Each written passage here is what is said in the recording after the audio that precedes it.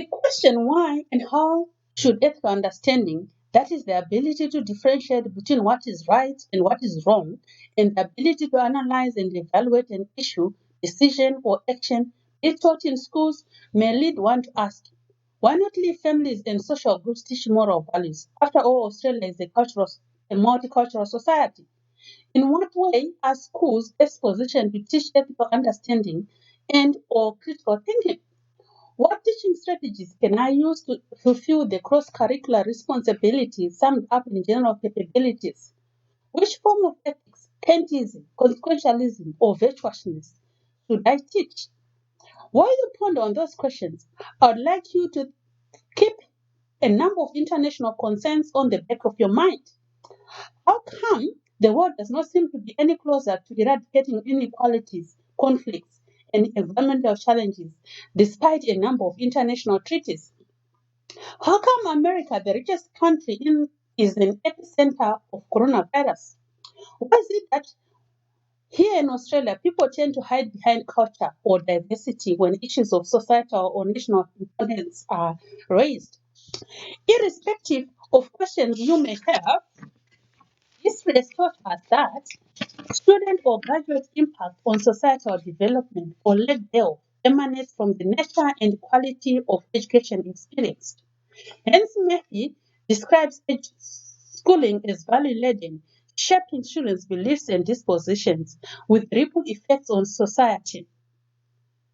Ido and Takayama suggest that if education is devoid of humanity, it serves personal interests, which entrench societal inequalities and undermine social cohesion and sustainable development.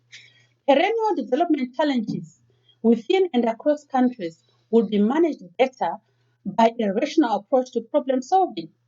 Therefore, teaching should build students' capabilities for positively participating in society, develop students' transformative understanding of one's identity within given cultural contexts, develop learner reflexivity, engage students in authentic literary tasks embedded in ethical reasoning, get learners to critique text papers, decode underlying cultural values, and evaluate and construct reasoned ethical conclusions.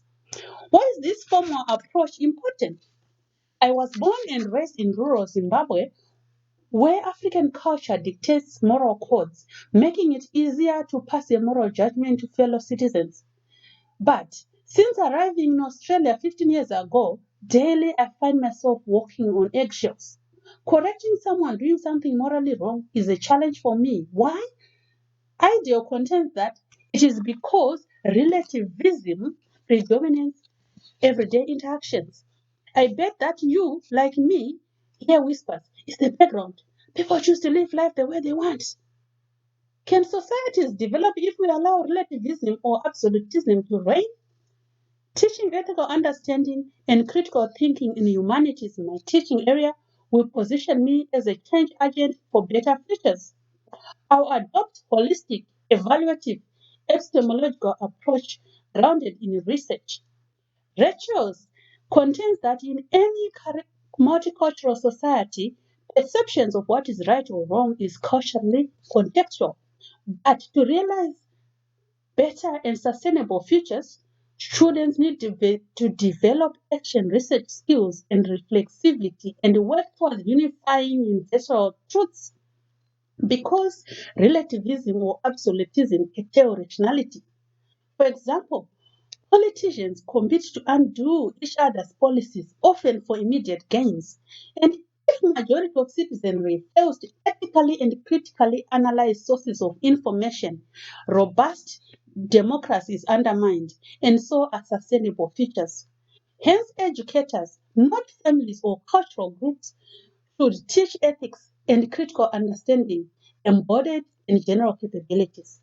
Statistics about families and cultural groups' impact on epistemology indicates that only 15% of adults consistently engage in rational reasoning, while 50% lack reasoned ethical understanding altogether. Hence, Australian curriculum policies and curriculum documents mandate the teaching of general capabilities underpinned by ethical judgments to develop lifelong learning dispositions, promoting creative problem solving and informed citizenship for better and sustainable futures. The classroom is a safe space for sharing diverse views, ethically analyzing embodied moral codes and underlying values, and then formulating reasoned judgments, readying future generations to insightfully participate in development. How can I teach ethical understanding? A shift from tokenistic multiculturalism or multiculturalism in source to rational, reasoned judgments. Engaging students in genuine inquiry activities while students address the question, how do I know? Is an evaluative epistemological approach that acknowledges intersubjectivity of observation while promoting reflexive thinking and fostering structured argumentative reasoning. Case studies can be used to create awareness that texts are underpinned by author values, aiming at influencing audience views. For example, Al Jazeera and BBC reports that tend to promote opposing views about conflicts in the Middle East can be given to students to analyze. This promotes insocratism, thinking that critiques. You may ask, how is it possible? Ethical dilemmas engender open mindedness with ethical merits of each worldview identified and evaluated during discussions. Experience has taught me that holding students accountable for own learning and getting them to develop questioning skills that engender transformative reflexivity during interactions is important. Individual thinking time needs to be provided. For example, placement activities for recording individual thought processes would precede world-class or small group discussions. That way, when presented with opposing views during discussions, students are more likely to reflexively enrich discussions.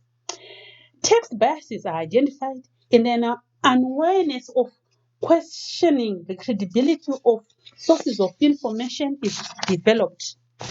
And the classroom becomes a social cultural context for cross-cultural awareness and promotion of transformative and collaborative ethical reasoning that guards against indoctrination.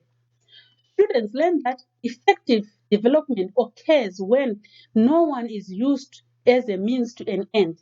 Situated learning enhances reflective practice in everyday life. Closely related to this strategy outlined above is the point of view strategy.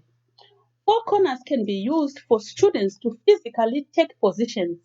Each group, supporters of an argument, opponents, those who sit on the fence, and the undecided, will have a corner each. A debate then ensues.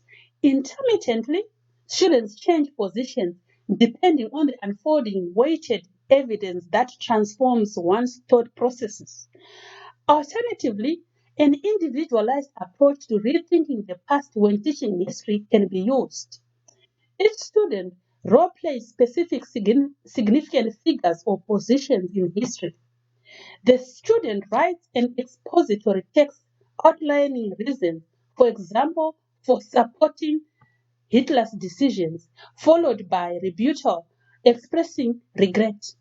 Eventually, the student writes an exposition promoting a generalizable, I mean, a generalizable conclusion. This approach enables learners to develop awareness of interconnected demands across cultures in the global village. And students learn to sort out facts, weigh premises, and draw ethical conclusions that match reasoned premises embedded in ethical considerations. Such actions may need to be initially connected to students' backgrounds. Rhetoric questions posed, getting students to consider diverse views until students develop skills for argumentative reasoning. Then more theoretical or global issues can be explored. Teaching ethical understanding thus is about promoting reflexivity, promoting lifelong learning, and informed citizenship skills, which are critical if students are to participate effectively in the future. The research that supports Vygotsky's developmental theory, being a mother of four and having taught across year groups, I would teach all ethics forms, Kantism, consequentialism, and virtuousness to all age groups because all children, especially the young ones, ask lots of philosophical questions, ethical dilemmas, case studies, discussions, and point of view strategies can be used for critical inquiry, fostering informed and active citizenship for sustainable futures. Schools have to take the formal role to ready future leaders and younger generations to overcome relativism and absolutism and promote universal truths and universal moral codes for better and more sustainable futures.